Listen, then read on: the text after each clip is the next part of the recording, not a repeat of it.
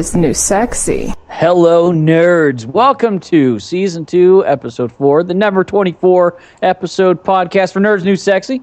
I'm Sunrie, with me as always is... Wildfire One. Yes, and special guest... That'd be me. I'm Gambit as always. Heck yes. Sorry I haven't been around a lot. I've got life going on. And not to get into any kind of trauma, but I'm hoping in 2 weeks I'm not homeless. Fuck my HOA and fuck my wife's old apartment. That's all I have to say. And fuck being homeless. Yes.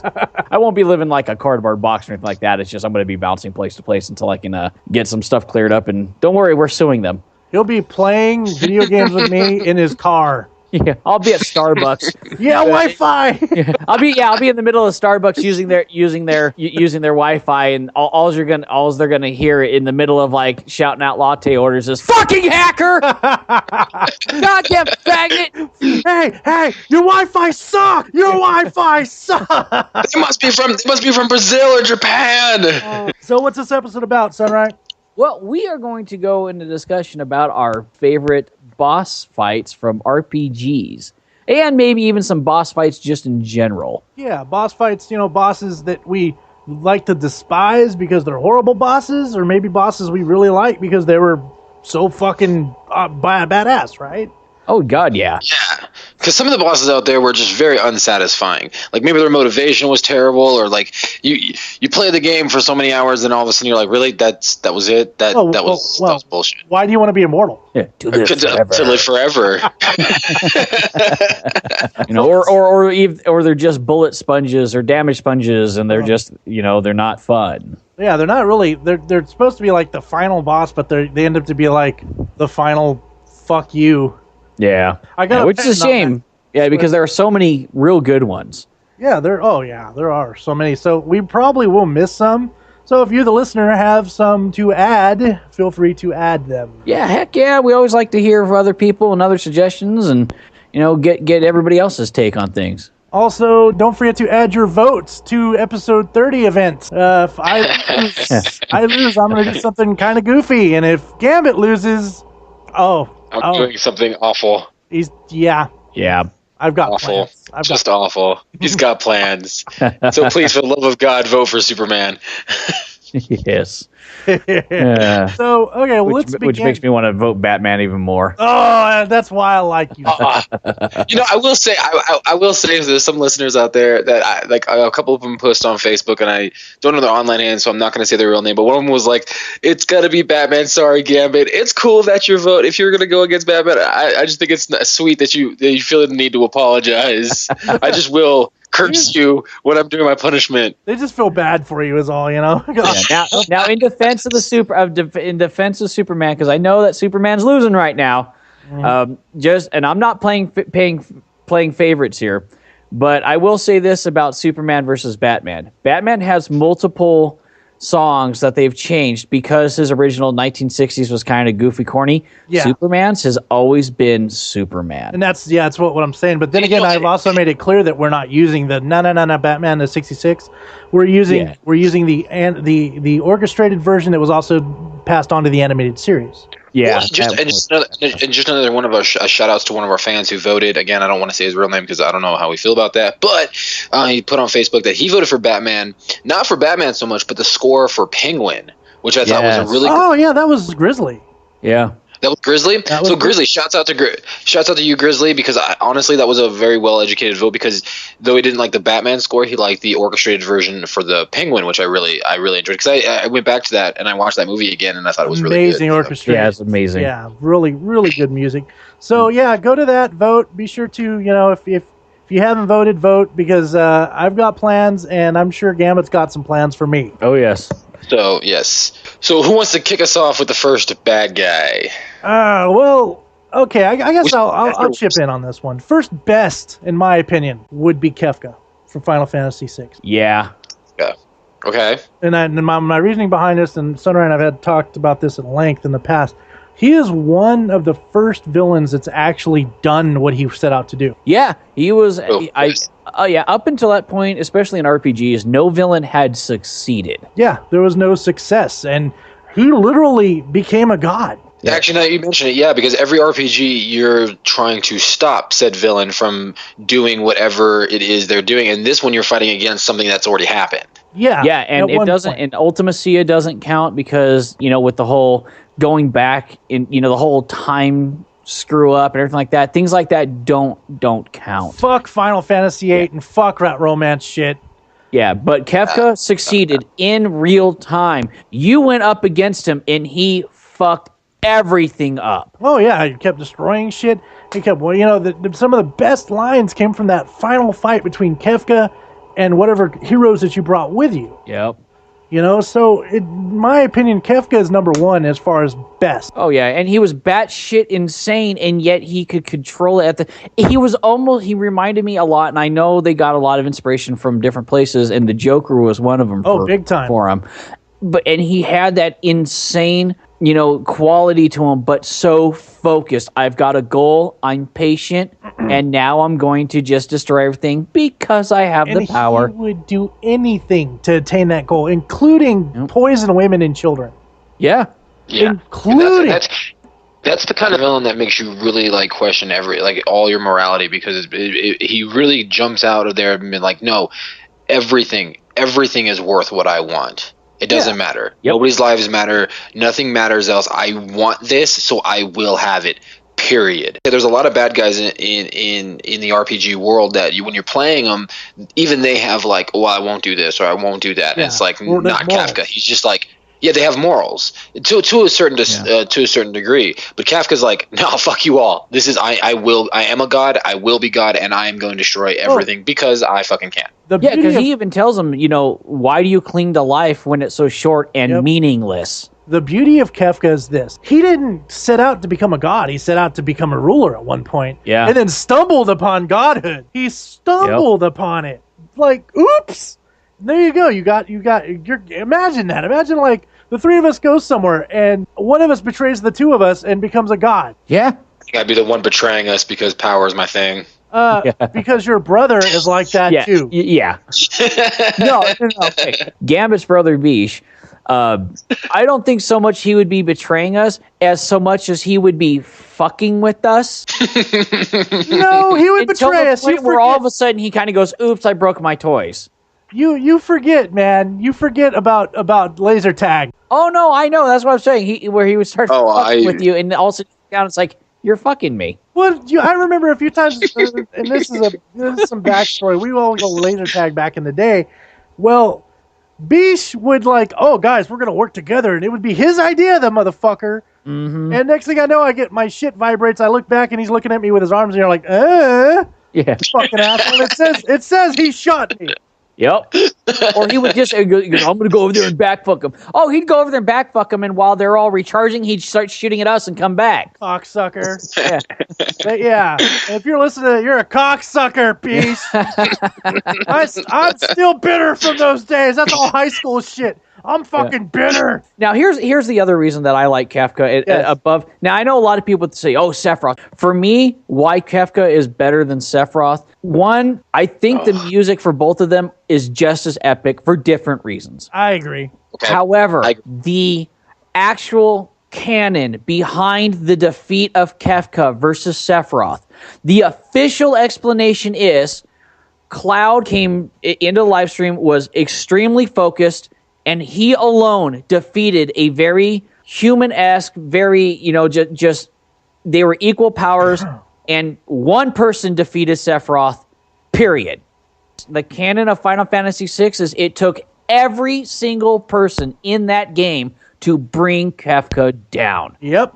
And they barely were able to and barely escaped. Yep. And in the process, fucked up their world more than Kafka fucked it up before them. In the end, Kafka didn't win, but he still succeeded in completely rearranging the world to the point where the official story is it took decades after the heroes defeated him for the world to become more normal. Oh, not back to normal, more normal. Back to what kind of what it could have been. I don't know, but yeah. They lost everything.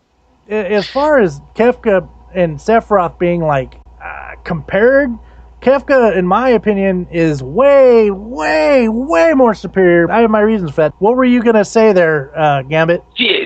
That brings me up, that actually leads me very well, because I was actually going to say right after this was, since we're on Final Fantasy VII, one of my best ever was Sephiroth. I've said it many times, Final Fantasy VII is one of my favorite games of all time. I can't disagree with Sunrie, his argument about the canon, because when you get into the actual lore of it, he does win. But the thing about Sephiroth is the reason why he stands out in my mind and being better than Kefka, because let's not forget this, the Sephiroth battle was insanely hard. It was insanely strategic. You had to be perfect. Every move had to be perfect. So much so that I remember nights where all three of you guys were playing Final Fantasy VII at our house with my brother Bish, and you guys were all losing your shit over Sephiroth beating you guys. When I first beat Sephiroth, I'm agree with you on this. Yeah, it took 3 hours. Yes. And I remember the first time I did it, it was a 45-minute fight. And the first time I got to Kafka, I was level around the mid-80s. Yeah. And I was able to beat him first try. So I will give you that. Sephiroth was a more difficult strategic fight. And that music. The music. Oh, that is so. The music was so. And for me, like Sephiroth, like there is something, and this may just be because I'm a little guy, because I'm small. I'm not short by no means. I'm 5'11", but I'm thin. And there's something about Sephiroth can be so menacing, and yet look so. I guess the best word would be effeminate. Because there was that great scene where he walks out and he's basically in a dress, because Sephiroth wears a dress for some reason. Well, it's not necessarily a dress. It's trench coat. Yeah, it's trench coat. It's very traditional. It's very, and I will say this for the Japanese. It's not so much effeminate with the Japanese. It's kind of like when you see like a Persian guy and he's wearing that silk shirt and it's unbuttoned a little bit and he's got his nails done.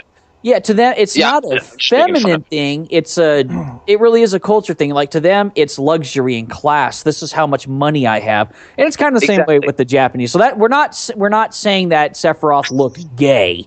I am. No, not no. He's a long-haired sissy bitch. Yeah. The cloud butt. See, no, Wild. That's exactly my point. Wild. He's a blonde-haired sissy bitch. When you see him, you're like, this is the ultimate evil. This, and it took me like you guys. My first time beating him was 3.5 hours, and it came down to the last. I remember my brother watching me, and my brother watched me beat him, and he was, and for the longest time, I used to have to give the controller to my brother because I can't do this. I can't beat him. Can you beat Sephiroth for me so I can just see the fight? And one day my brother was like, you know what? I'm tired of beating him for you. Just figure it out. And it was 3.5 hours. And this was before anybody knew about Knights in the Round. Yep. This is way before that. We found that by accident. Yep. So that's my point, though. So here you got this guy, like a lot of people called a bitch. You don't think of him as a god, or you don't think of him as you literally see this luxurious, very kind of whatever you want to call him, whether it be effeminate or gay, or in my experience, I just call him luxurious. That's a great way to put it. Yeah. But it's like you're the ultimate evil, and then you fight him, and you're like, oh yeah, you're the ultimate fucking evil. Well, you're a bitch. Let's be honest. Since we're talking about Sephiroth, I'm not gonna lie. I'm back in high school when we played. Me and Sunrie played. We thought he was a badass too. Yeah, he was a badass. See, Sephiroth is a badass. Yeah, we won't take away anything. It's as far as his motivation, where after he starts to kind of lose it, and he starts to become that whiny little mama's boy. Yep. But I will say this for Sephiroth: up until that point, everything he said, all of his movements, the look he gives you when he goes in the fire, like, "Come get me, bitch." I wanted to butt fuck him. I mean, yeah. I mean, seriously, at that point, when he turns and walks to that fire, like, "Fuck you," and just walks away like zero fucks given. I will give 100,000 style points to Sephiroth at that point. Oh yeah. Well, let me say this though. Even in Crisis Core or whatever the PSP game. Yeah. I think that they should. The problem with Sephiroth is I think they should have added a little more time between like when he fucking lost it. I agree. As to like, because it's just hard to believe, like, yeah, I'm fucking totally dedicated to Shinra one minute, and the next minute, like, fuck you, Shinra, my mommy's fucking Genova. Yeah. No, it's not. It's just, it was hard to believe. But I understand the game was rushed. There was a lot that probably was lost in translation. There was a lot. But at the same time, we still got some love for Sephiroth. So I would say he would be maybe my second or third favorite bad guy. I don't know, man. When it just like iconic memories of just like struggling through a boss. That was one of the first ones. Like that was one of those games where it was like I grinded this game. I literally would fall asleep to hearing because my brother would be playing it all night long, just grinding for the Sephiroth battle. So for me, I think the next boss for me personally, and this is outside of an RPG element, was Bowser in Super Mario 64. Really? Just how much fun that was. Yeah, it was fun. You've got a big fucking Bowser that's filling up your TV screen, and you're trying to run around him, and you're tossing him into bombs and bouncing him around. He's breathing fireballs on you. That shit was fucking awesome. Yeah, Bowser's always been a good boss, though. If I'm not mistaken, the 64 version is the one where you had to grab him by the tail and throw him into the bombs, right? Yeah. Yes. That was the Super Mario 64 where you can jump and go, ha, ha, ha, like that Mario. Woo-hoo. That's where Mario got his voice. Yeah, where he got most of his voice. Yeah. That was a good one. So Bowser, though. Yeah, I'm not saying like he's a good boss, like personality wise and his plans, but okay, well, I like his personality as far as like the RPGs are concerned, like inside story and stuff like that. He cracks me the hell up. Freaking, I loved the dynamic on 64 with the way he was actually menacing for once. Yeah. Yes, that is true. He actually looked like something you would be afraid of. Like it looks like something that he could like be an actual villain of actual bad guys. When he really became kind of the king, as it were. Because in other times they're like he's not as big as Mario, but this one he's so big, he's so menacing. Like so much so that Mario had to grab. The only thing that he could grab was his tail. Like he was just too big. And how a fucking plumber can lift a fucking monster like that, I have no clue. But well, I mean, it's he grabs his tail and he spins around. It's just force. It's just centrifugal force. How about this? I don't know. I've tried grabbing an elephant. I'm not that small of a guy as far as my weight. So how about this? I'm gonna name one horrible villain. Some of you guys may have played this game. It's another Final Fantasy game. I'm gonna try, and after this, I'm gonna try and go off of Final Fantasy tangent. But Seymour from Final Fantasy X. I played 10. 10 was the series that officially killed it. And again, so there. Well, no, I played 10. I played 10-2, and at 10-2, like in 10-2, you change their fucking outfits. Like it's everyone, even the female gamers have called that dress up Barbie Final Fantasy. Yeah. It is. So 10 and 10-2 were the downfall for me. That bad guy, honestly, was probably the Seymour. I'm gonna rate him as. Seymour was the worst. He falls in the worst category for me. Yes, that's what I'm saying. He's the worst. And the boss's name is Seymour. Right. Suddenly Seymour. Yeah. Suddenly Seymour. Yeah. Seymour.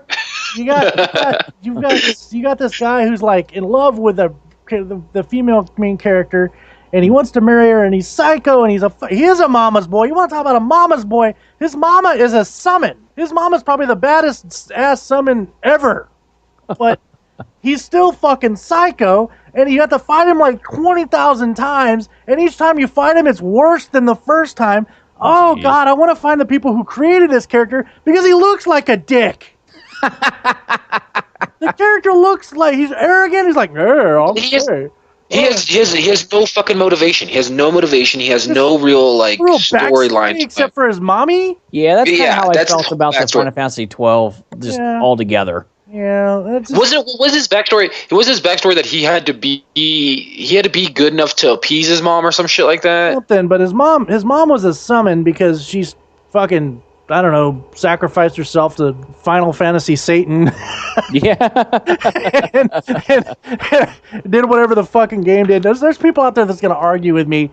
And I God bless you. If you love the game, God bless you. But Final Fantasy X was a fucking train wreck, in my opinion. So you know what? Now that we're talking about games, and we can get off Final Fantasy. Here's a good one that I think that might have been under the radar, but in my opinion, he falls in one of the best. Not because I really like him, and to be perfectly honest, I never played a whole lot of it. It was more from experience of watching my brother. But he falls in the good category for me because he was so good as a villain that he got his own game later on, and that is Big Boss, aka Snake. From Metal Gear Solid. Yes. So Big Boss was an extremely hard fight, and he was originally named Big Boss in the first one when you fought him. He was super hard. He was super agile. He was super quick. He was this great soldier. He was such a good bad guy that in the new Metal Gear Solid Phantom Pain, it's all about him. It's all about him before he became Big Boss. So how good of a villain do you have to be? How challenging? How much of a fan love do you have to have for a boss to make him go from being the bad guy and this really hard bad guy to, well, what's his backstory? What happened to this guy? And then it's like, well, let's make a full game where you get to be Snake, and again, aka Big Boss, whichever game or canon you want to talk about him, be future or past tense. Again, admittedly, I haven't played a lot of the Metal Gear Solids because they're not my cup of tea RPG wise, but you just got to give it up to a boss like that where fans just latch onto him and we're like, he's such a badass, I want to be him. Oh yeah, because let's Kafka, Sephiroth, and Seymour, the three bosses we've talked about so far, never spawned off their own game. Whereas That's Big true. Boss, he spawned off his own game. Yeah, and along the same lines in the genre for Metal Gear is one of the ones that sticks out in my mind was Psycho Mantis. Oh yeah, yeah. I mean, the fact that he read your memory card, it was like, so you like Castlevania? It's like, what the fuck? How do you know that? Fuck. Yeah, different Konami games, like he would mention Suikoden and everything like that. It's just like, what the hell? It's like, how does it know? And it was like, oh, it's reading my memory card. Yep. And plus it was a good fight. Oh yeah. Well, since we're talking about villains, how about here's a newer one, and I know I've talked about this with Gambit, Corypheus from Dragon Age Inquisition. Yep. You want to talk about? Interesting. Let's back that up. Wow, Corypheus was technically in Dragon Age 2 as well. Yeah, technically. So, like I said, we are, for our fans out there, we are going to do a Dragon Age podcast. We've already talked about it, so I don't want to spend too much time on Corypheus. Episodes. Yeah, I don't want to talk too much about Corypheus, but I do fully agree with you because here's another one. He wanted to be a god. Yeah, if you get into the Dragon Age lore, the idea is that he believes that he was one of the magistrates in Dragon Age Inquisition. He cracked the Golden Temple and found no god there, and through his corruption and through his crazy mindset, there was no god, and he only found corruption in the Golden City. So he was like, okay, there is no god, I am going to become god. And there is something that's amazing to me because it kind of really goes to the writing of what do you do if you try to find God. You get to basically this quote unquote heaven, and then there's nothing there, and in your mind you perceive corruption, an empty throne, as he put it.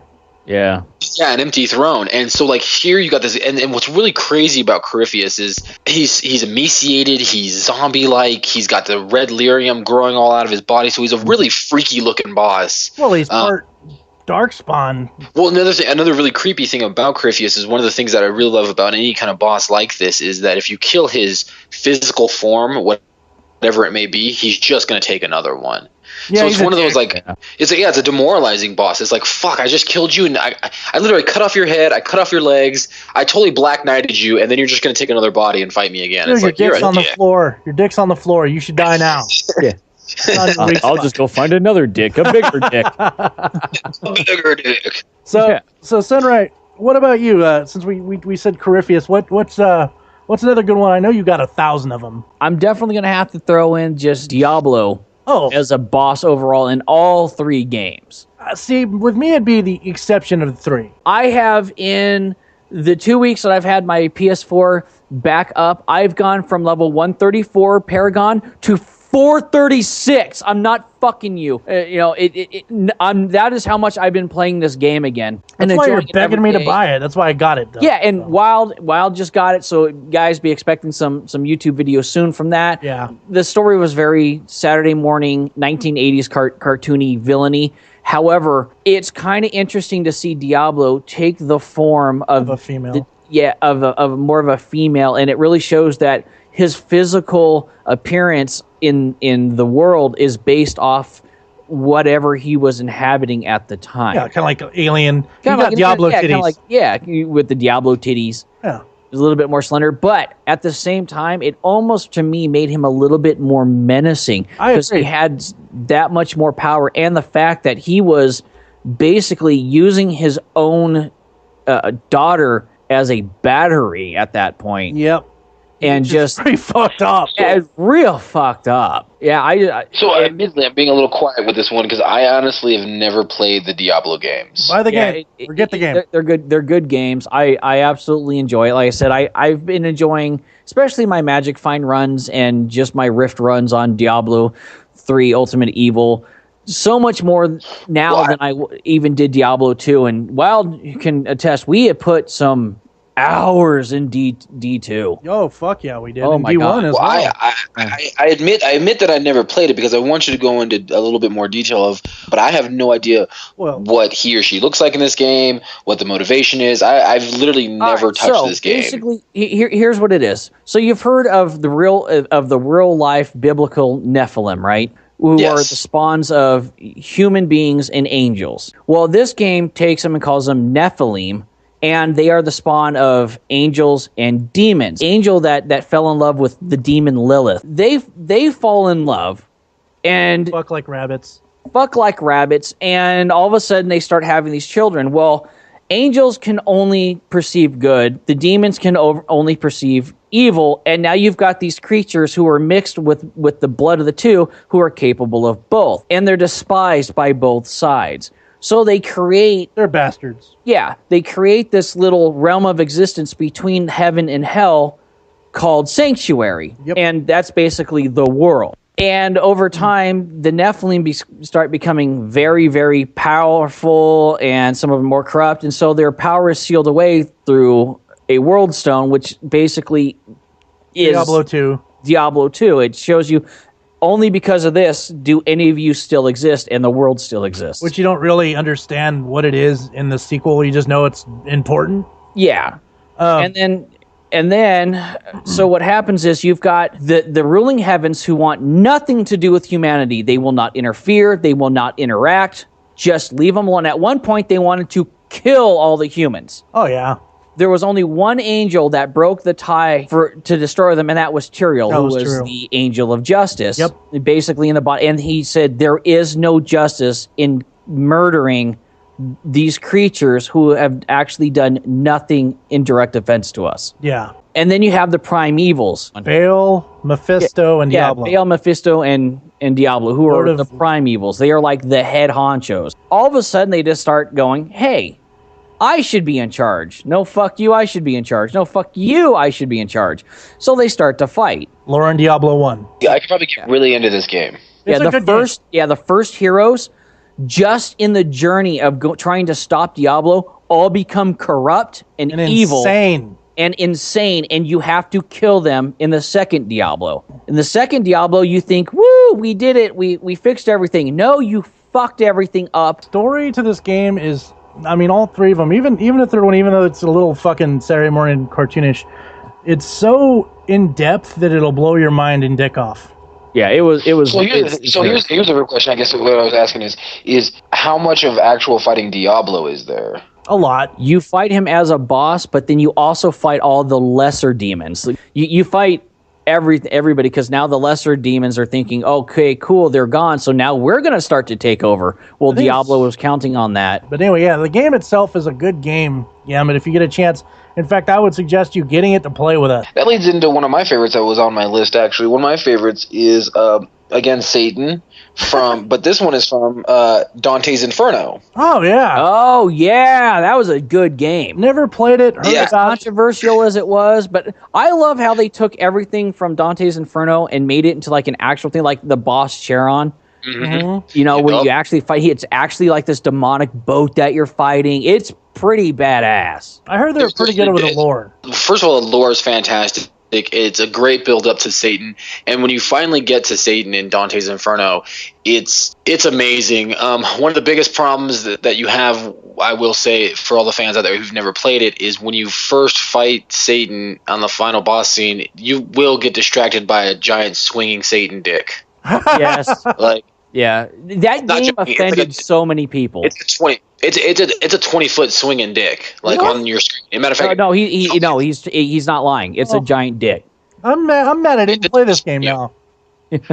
Satan's dick in this game is bigger than you, and it was so funny because I was really focused. I was really focused on playing my game, and my ex-wife at the time, she was sitting there watching me, and she was like, and she kept hitting my shoulder, and I was like, babe, I'm fighting Satan, like, relax. And she goes, do you not see the big dick? I was like, I see the big dick. I'm focused right now. I'm trying not to focus on the dick. Yeah. The other, in the same line of the of Satan as the adversary, and I know that this game is very dividing. I know where you're going. Castlevania, Lords of Shadow. Good game. When all of a sudden you get to and Patrick Stewart is Satan, I'm just like, I knew it. No one could be that perfect. Well, it's Patrick Stewart. He's like your buddy throughout the game. I'm like, dude, you just can tell he's gonna be Satan. Yeah, and then all of a sudden he comes out. He's like, I am Satan, and I'm about to make it so. And it's like, oh shit! I'm gonna make it so in your butthole. Yeah. Yeah, that was a very fun game. The lore in the 1 and 2 and the Mirror of Fate. Oh, beautiful lore. The game itself was really cool. Good explanation as to why the Belmont family came to be. Yeah. Wonderful game. Yeah, and I agree with you. That was a good version of Satan. There wasn't a big dick involved, but yeah. And he was hard too, trying to run to each one, alternating your light and dark power on your way to hit them. Yeah, that's the same thing with Dante's Inferno. You have light and dark power. You have good and evil. Yeah. The game itself is a fantastic play. And the giant swinging dick aside, I mean, he's a very hard boss. He's very frustrating. When you get to the ninth circle of hell, which is where Satan is, he's chained and bound, and you have been unknowingly unleashing his chains. Like throughout the entire game, you're breaking. Yeah. Throughout the game, and you're like unknowingly breaking Satan's chains. So when you get down there, and what I really love about it is they stayed true to the lore. When you get down to the seventh circle, or the ninth circle of hell, or seventh circle, I think it's seventh circle. Anyways, it doesn't matter. It's frozen. It's all frozen, and and I love when people say, "Whoa, and hell freezes over." It's like, well, if you believe in Dante's Inferno, hell is frozen over. That's right. He comes out and he's super menacing and he's super hard, and because you broke all of his chains, he's kind of got this free kind of range now. So he's a big boss. He's a ginormous boss, gigantic. He's like a very artistically well done Satan, but then he's super hard because he's super mobile and he's super agile, which makes him a very fun boss fight. And when you finally beat him, you feel good. At the end of the day, beating Satan is just a very good feeling. You're like, yeah, fuck you, Satan. Fuck you, I beat you. Satan. So Satan has been very well in multiple games, including Dante's Inferno, Castlevania, Lords of Shadow, Diablo. A tangent totally, but the best Satan ever in all movies is Devil's Advocate with Al Pacino. I would say that's my second. I was gonna say my second. I would say my first would be Prophecy. Yes, mine too. He is just so dark and that just you could tell it was. Oh my God! Yeah, it's with Christopher Walken plays Gabriel. Yeah. What? Yeah. Oh, and you never seen that, dude? Prophecy. Oh. And I know we're on a tangent here, nerds, but you know how we do this. But yeah, Prophecy is awesome. It's a real dark story. And that Satan, when he shows up, there's like this little demon, and you hear like this crow, right? And then the camera pans over as the actors, who's playing the male lead looks over. He's sitting perched on his tiptoes on the rock. And he's just kind of like leaning forward, looking at him, and he goes, "Oh my God!" He goes, "God is love. I don't love you." and he is like, dude, he's kind of shadowed out, but he's like kind of almost got this biker look, like Son of Anarchy, like biker look to him almost. It was just the perfect Satan in the movie. And not to ruin anything, but like there's this one part where literally he's got like blood all over his face, and he looks at him, he goes, "Love me, worship me. I will love you more than Jesus." Yes. It's like, oh no. He goes to a hissing voice, and it's like no, fuck no, creepy. I'm done with this Satan. Get thee behind me. Yeah. Yeah. Oh man, but yeah, that really good. I think that I'm also going to go on a continued tangent and say that the Satan that they got to play in Supernatural was pretty damn good. Well, I mean, a little bit of, and just one last one on this tangent is another great actor who played Lucifer very well was in Constantine. The actor they got to play that Lucifer. I agree. Constantine wasn't the greatest movie in the world, but that actor in that 10-minute scene was probably one of the most convincing Satans I've ever seen. He was just so smooth but dark and psycho but sane. It was a very well done scene. But getting back on topic, another great boss, which this one, okay, so this might be a little controversial. And before I say it, I've got to preface it with disclaimer of I am one of the biggest N7 fans that you'll ever meet. I'm getting it tattooed on my body. I knew you knew this was coming. Yeah. I knew you knew this was coming. I love Mass Effect. I will always recommend it to everybody. It's one of the greatest games of all time. Yes, Mass Effect. We're all fans. Coming. So Mass Effect Andromeda. I'm so excited. I'm so excited. But this goes in with 2. It's kind of going to fall on 3. So I got 3 bosses from this. So I hope we go on a bit of a tangent. So the first one that we're going to talk about, which is why all 3 of these characters fall on my list for best and worst. Sadly, the Reapers. The Elusive Man, Kai Lang. I think the Reapers are probably one of the best bad guys you'll ever fight. It's a never-ending wave. It feels like they're never going to end, no matter how many of them you kill. Yeah. Yeah, exactly. There's just this wave. The problem when it falls on the worst one is you finally have this epic battle in Mass Effect 3, and spoilers all around, and we're probably going to do a podcast about Mass Effect as well, but spoilers. You get up to the Reaper's tech, and it's the Star Child is what it's actually called. He's called the Star Child, which, by the way, for all of our super nerd fans, there is a secret ending to Mass Effect 3. If you did not know, you can turn around and shoot the Star Child in the face. But you get there, you get to the Mass Effect villain, and the leader of the Reapers, basically the sentient being that controls all the Reapers, and then he gives you the 3 choices, and it's like in that respect, it falls on my worst because you literally built these Reapers up for 3 games. That was the whole point of this whole trilogy, and the last boss is talking. It's like it's so unsatisfying. It's like a quickie with a hooker. It's like I paid for this and it was fun. I'm sorry. Yeah. Quickie with a hooker. Oh, that was just like a perfect fucking analogy. Yeah, that's true. And you get an STD. And then you get an STD. Yeah. It's a quickie with a hooker, STD finish.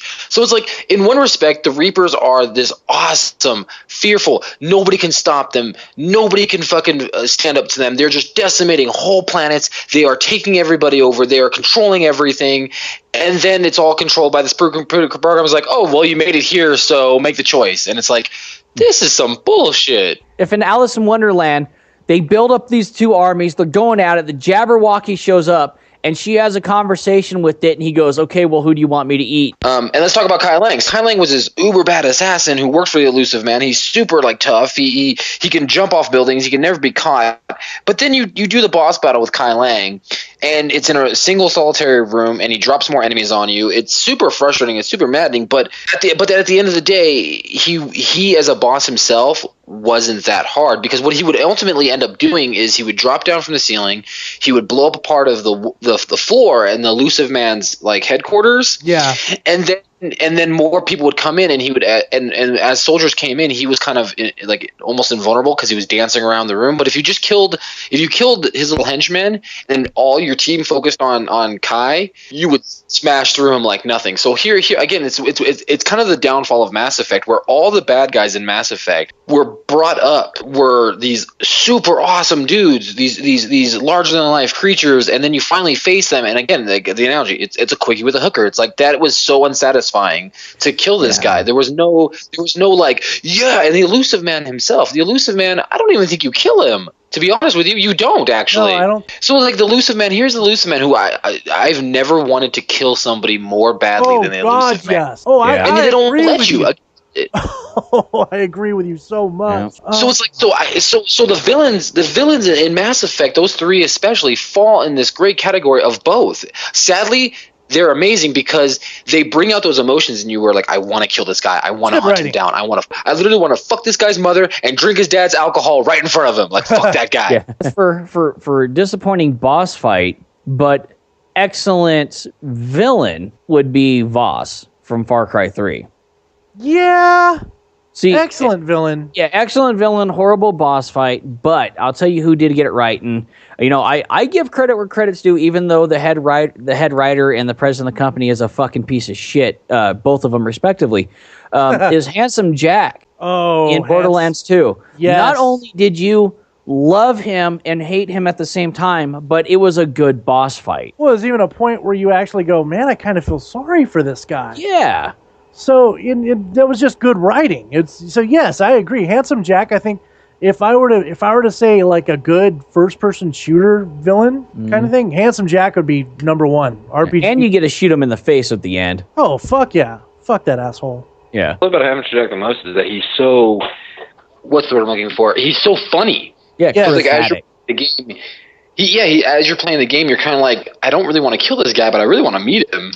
Yeah. It was the same thing with Pagan Min in Far Cry 4. Now, Ubisoft, I know you all must have been playing a lot of Borderlands 2. I'm glad you guys came up with an interesting boss, but he did I honestly felt like Handsome Jack was just in another dimension.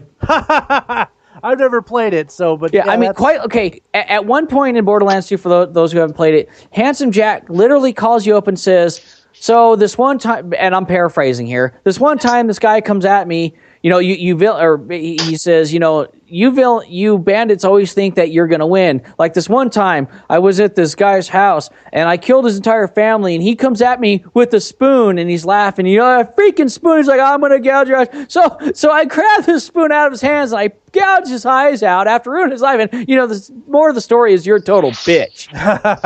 Pretty much. Yeah, well, in Far Cry 4, at one point, because throughout Borderlands 2, Handsome Jack is calling your character. Hey, he's talking to you. Yeah, and making these funny statements. And I kid you not, Far Cry 4 does the exact same thing to the literal point where Pagan Min is talking to your character and says, "Oh, so how do you like this character?"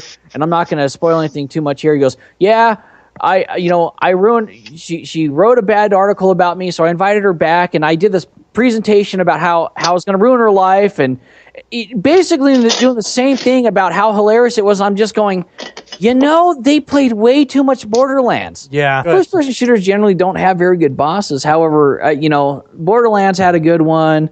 Far Cry had good boss as far as his personality, but just not in the actual fight itself. Even in the Far Cry 4 at the end, and I won't spoil it, but it's extremely disappointing. You'd think it'd be more satisfying, but it's one of those, wow, I just killed the one guy responsible for everything, and I don't feel any better. Well, and I guess that's kind of the point. Yeah. You guys know you can beat Far Cry 4 in 20 minutes? Yes, and I've done it. I've got the achievement for it. Yeah, so for all the fans out there who don't know this, which I love telling people about it because I stumbled onto it completely by accident.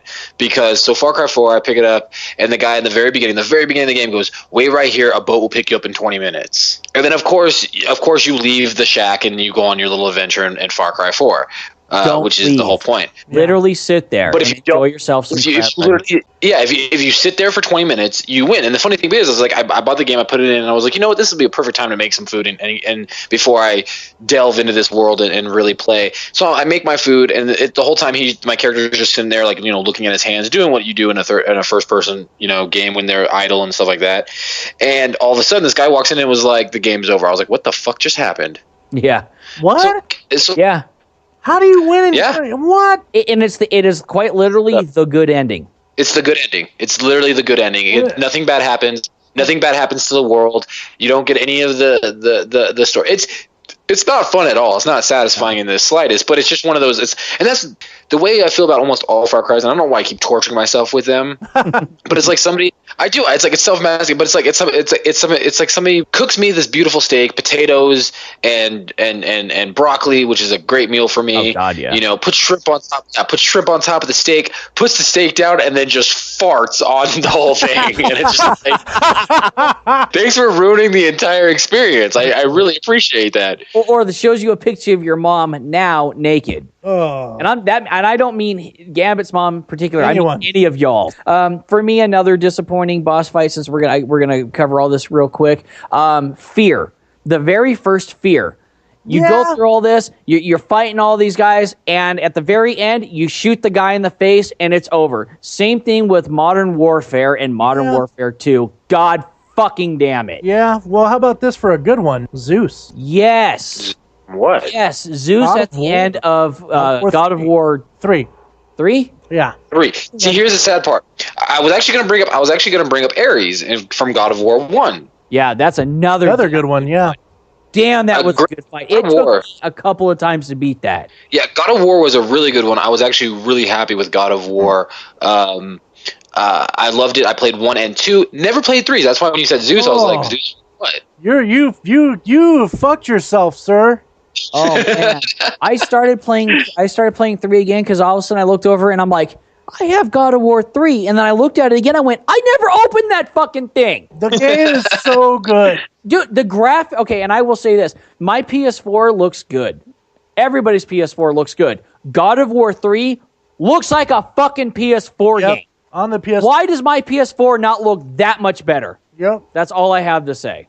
But it's a good game, you know. Like you actually get to fight and kill Poseidon. You know, it's the first fucking god you take out. See, I don't know how I feel about that because Poseidon is the man. He dies like a man too, man. Yes, that's true. Fun fact. Now, again, we're nerd tangenting off, and it's something I've been very close to. This is E3 will clear up all speculations, but I've heard through the rumor mill that the next God of War is going to be based in Norse mythology. That would be badass. I heard that was going to happen. I also heard something about them doing something about like the gods from like Egypt. Now that brings me into my next boss fight. It was a Norse-based game. It was done by Silicon Knights. Too human, thank you, sir. And when you fight Loki and you fight Baldur and you fight all the gods, it was a very complicated game to play. That's why it failed as a game, and a lot of people didn't pick it up because the controls were really, really complicated. They were needlessly complicated. But Too Human is a game where I felt like the boss was super satisfying because the story was done very well. So you kind of got to him at the same thing.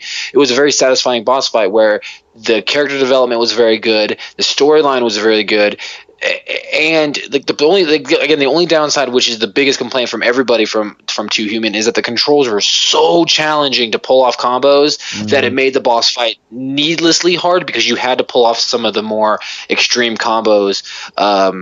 But yeah, that was a very, very good one. I was a big fan of Too Human. The final say for who I think is the absolute top boss. And again, this spans multiple games, is, depending on what you want to call it, Dragon Warrior or Dragon Quest, the bonus option to fight God in every single one of them. Oh, yeah. Dragon Quest / Dragon Warrior, it has always been about more strategic boss fights than it has been about grinding and leveling. If you had the right skill setups and you're using it tactfully, you could make it through the fights. But if you were just trying to force your way through levels and just hitting things hard, it wasn't going to work. Most of the bad games, I guess I just kind of put out of my head, but Secret of Evermore. Oh, yes. That was just a boring, drawn-out fight, especially to find out. And you know what? Fuck it. No one's ever going to play Evermore. Let's just put it this way. It quite literally boils down to the Butler did it. It was bad writing. It was a bad fucking game. Some people live and die by it, but I don't. I've never, ever written a fucking, like, I was just about to bring that up. Oh, go ahead. Go ahead. I'll let you. So this was before Wild had the internet over. Okay, this will tell you how long ago it was. Wild hadn't gotten a computer set up at his home yet with internet service.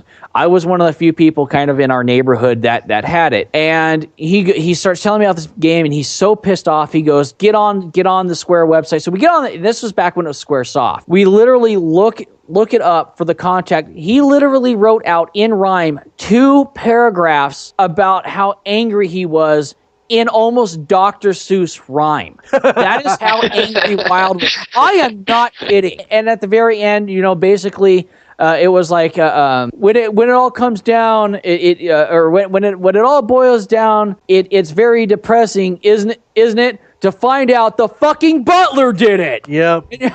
That's literally how he ends this. It was like 2 paragraphs in Dr. Seuss rhyme. I was impressed as shit. I hope to God that someone read that and committed suicide and wrote that fucking game. All right, Wild. I got a controversial one for you. Okay. This falls as one of my all-time worst boss fights. Okay. Wait for it. Wait for it. I want to tease you a little bit on this one. Yep. Batman Arkham Asylum, the Joker. Hear me out on this. This is one of the worst examples of a fucking Batman game. One of the worst examples of a fucking game. One of the worst examples. I hate this game with so much passion. I hate this more than the Jews hated Jesus, which basically means I would crucify this bitch. I want you to remember everything you're saying right now when episode 30 comes along. No, here's the reason. Here's my reason why. You play Batman Arkham Asylum, which again, it was just a terrible piece of garbage, and I hope the guy who wrote it and developed it just committed Harry Carey. I really do. You have your opinions. I think your opinions are wrong, sir. They're wrong. No, Arkham City was amazing, though. I'll agree with you about the fucking end fight, but I will not agree with you about the game. Okay, so let's look at the end fight. I'm not even going to tangent off on the game. Yeah. You build all the way up to the Joker. The Joker's teasing you in very good Joker fashion, and I will give the game in very good Joker fashion. He's teasing you. He's putting you through the trials. He's putting you through the works.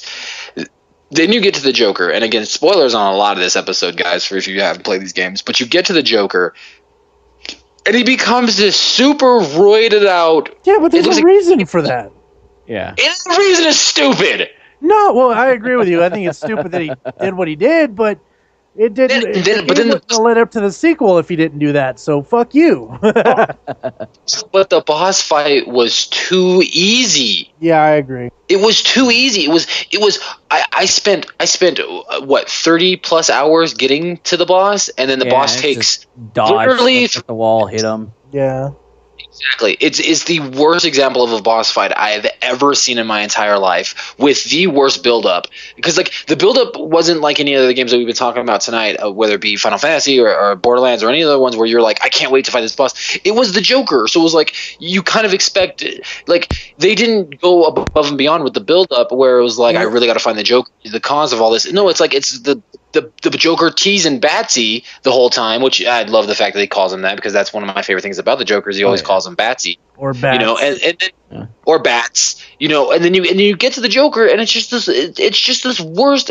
I'm getting a headache. No boss fight should take 2.5 minutes when you're on the most difficult mode. It was super unsatisfying, and it wasn't a good example of what a boss fight is. Forget the game itself. Just because the podcast is about boss fights, it was a very disappointing boss fight. Yeah. Oh, another disappointing one for me. I'm going to have to go with the Final Fantasy here. And as much as I love Final Fantasy 4, yes, I'd now say the Calcabrina fight was fucking awesome. So was the Magus or Magus sisters, depending on how you want to pronounce it. Yeah. Those two were good, but the Golbez fight, and I know he wasn't like the end all be all, you know, type thing, you know, but I expected more even when I got to him. But Zero Moss at the end was a good boss. Yeah, that was a good fight. All right, I got another disappointing one. Okay. So this one disappointed me a lot too. For all the nerds out there, The Witcher. Okay, the first one. No, the second one. Okay. Never played them. Okay, dude, good. They're so good. That's what I hear. They're so good. But here's a little backstory for The Witcher. This is what happened. And this is actually, The Witcher in itself was an ultimate success story in itself, because the first Witcher was a PC game only. You cannot find The Witcher 1 on any console, and you never will. Yep. So what happened was, it made just enough money for them to make a second one, and then the consoles kind of were like, hey, you know, you want to put this on our consoles? And they were like, well, shit, if we put this on the consoles, nobody's really going to know the story. All right, fuck it. So Witcher 2, The Assassination of Kings, was basically the ultimate, like, filler. So basically what it was the Witcher 2 was basically The Witcher 1, and 2 kind of smashed together. And the biggest plot line of the thing is that you play, for those of you who haven't played it, you play this guy named Galat. And you are a Witcher, which a Witcher is an orphan that's found by people with magical powers, and he's imbued with magic, and then he is to take down all the mythical beasts of this said land. And not just him, but all you have Witchers. To pay him. Sure, it's pretty much Sam and Dean from Supernatural, but they get paid, or else they won't do it. They get paid to do it. Exactly. Yeah. They're basically mercenaries for hire. So Galat is this like the most baddest of them all. So The Witcher 2 sets you up with this amnesia, so you have amnesia. So it's a great way to fill in what happened in number 1 for all the fans that didn't have it. But here's the thing. There's another Witcher who's going around assassinating kings, and there's this long, drawn-out, very boring plot for The Witcher 2 and the Assassination of Kings. And when you finally get to the boss fight, keep this in mind. There are 2 ways to end this game. There's the good way and there's the bad way. The good way is that you have this long, drawn-out conversation with him. Literally, it's a 30-minute cutscene conversation where you get to do all the dialogue choices and stuff like that. You have this long... You have this long, drawn-out conversation, and then here comes the choice. And the choice is you could kill him, or you could not kill him. And literally, if you choose not to kill him, it's you take a drink, he takes a drink, and you say, not today. And you literally turn around and walk away. That's the end of the game. Horrible. Yeah. It's horrible. Then if you choose to fight him, it is the most drawn out, damage-taking tank villain I've ever. But he doesn't do anything to you. He spell buffs you. So like basically he'll put on his, because he's a Witcher 2, so he can put on a spell that nullifies all your spells. So you basically got to beat him to death with your sword. But he's a super roided out dude. Like literally in the game, he's even ripped out of his mind. You know, he's kind of, well, I wouldn't say he's ripped. He's more kind of fat and chunky. He's kind of like a cannonball. That's the way I would describe him. Yeah. So it's just a super long drive, and then you finally beat him, and then it's like you literally have the same conversation where you're about to kill him, and he takes the swig, and he's like, "This was a good day," and you're like, "Yes, it was," and like you stab him, and it's like, "Really? Yes, this was a good day." Like, what are you, a fucking Klingon? This is a good day to die. Like, this was. It was just bad. It was bad writing. It was a bad game. But again, it made enough money to make The Witcher 3, which is hilarious to me when people walk in and be like, "Oh, The Witcher Wild Hunt is such a good game," and I love it. I fucking love it. It's a great game. It's a great game, but comparatively to 1 and 2, like people, what I say, what's funny about it is people come in. I'm like, yeah, did you guys ever play Witcher 1 and 2? They're like, wait, this isn't the first one. To fill in all of the bad bosses that I can ever think of is every fucking one of them in Destiny. They're just bullet sponges. That's all it is. Destiny's the Taken King. When you finally get to the Taken King, you fight him, you destroy him, and then he flies off. So you don't really kill him. Bungie, I just want to. Bungie. I think this episode should end with all of us just saying "fuck you, Bungie." Yeah. All right, well, nerds. If you got other bosses you love, other bosses you hate, or other bosses you hate to love and love to hate, leave the comments below. Leave it on Facebook. And like Wild said, I think there's only one way to sign this off.